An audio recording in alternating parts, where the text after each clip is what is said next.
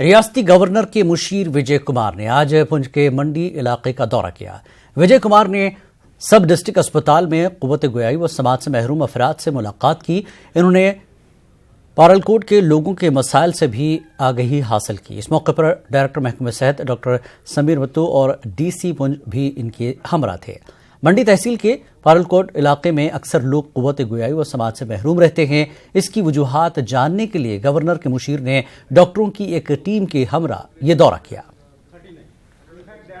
ایک گاؤں کے بارے میں ہم نے اخبار سے پتہ لگا مجھے اور کوئی کسی نے خبر دیا ہے، اس لیے یہ ٹیم کے ساتھ میں آیا ہوں ادھر۔ پہلے بھی کچھ انٹرونشن میڈیکل انٹرونشن لوگ کیا ہے، آگے کیا ہم کریں گے کر پائیں گے دیکھنے کے لیے۔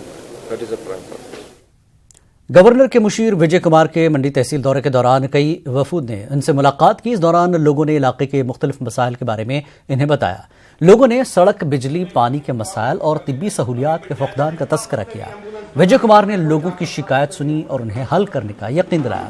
لوگوں نے کل پنچ میں پیش آئے حادثے کے تعلق سے بھی وجے کمار کو بتایا اور کہا کہ خستہ حال سڑکیں حادثات کی اہم وجہ ہیں اور ساتھ ہی مناسب طبی سہولیات نہ ہونے سے بھی کئی قیمتی جانیں ضائع ہو جاتی ہیں۔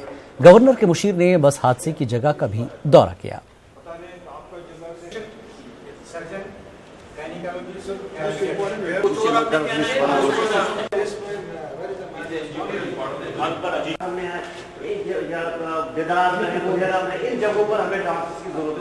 ایک گوڑا ہم کافی تقریباً 300 سال سے ہمارے چھوٹا سا گوبر جہاں پر آپ کا ہے۔ ایڈوائزر صاحب یہاں آئے تو ہم نے ان کے سامنے اپنی جو ہے وہ تمام تر مشکلات رکھی۔ یہاں کے ہاسپٹل میں جو ہے اسپیشلسٹ نہیں ہے، ڈاکٹروں کی کمی ہے۔ اس کے علاوہ پڑال کوٹ جہاں پر یہ معذورین ہیں وہاں پر کوئی روڈ ہیلتھ فیسلٹی نہیں ہے۔ اسی طرح اڑائی کا مسئلہ ہے جہاں پر معذورین کی تعداد بہت زیادہ ہے، وہاں پہ بھی جو ہے روڈ فیسلٹی نہیں ہے، ہیلتھ فیسلٹی نہیں ہے۔ اسی طرح ہم نے یہ ڈیمانڈ کی کہ دور دراز جو معذورین ہیں، بیوہ ہیں، وہ یہاں نہیں آ سکتے، ان کے لیے ریاست میں وی وی آئی پی کلچر کی وجہ سے عام لوگ پریشان ہیں۔ وی وی آئی پی کلچر کی تازہ مثال پبلک پارکوں پر سیکیورٹی گارڈز نے کے غیر قانونی تجاوزات ہیں۔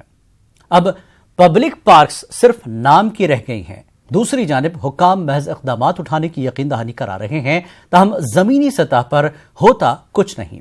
پیشی رپورٹ۔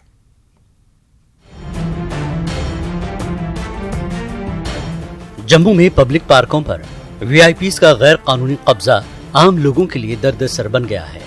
وی آئی پیز کے سیکیورٹی گارڈز نے پبلک پارکوں میں ہی اپنا ڈیرا ڈال دیا ہے۔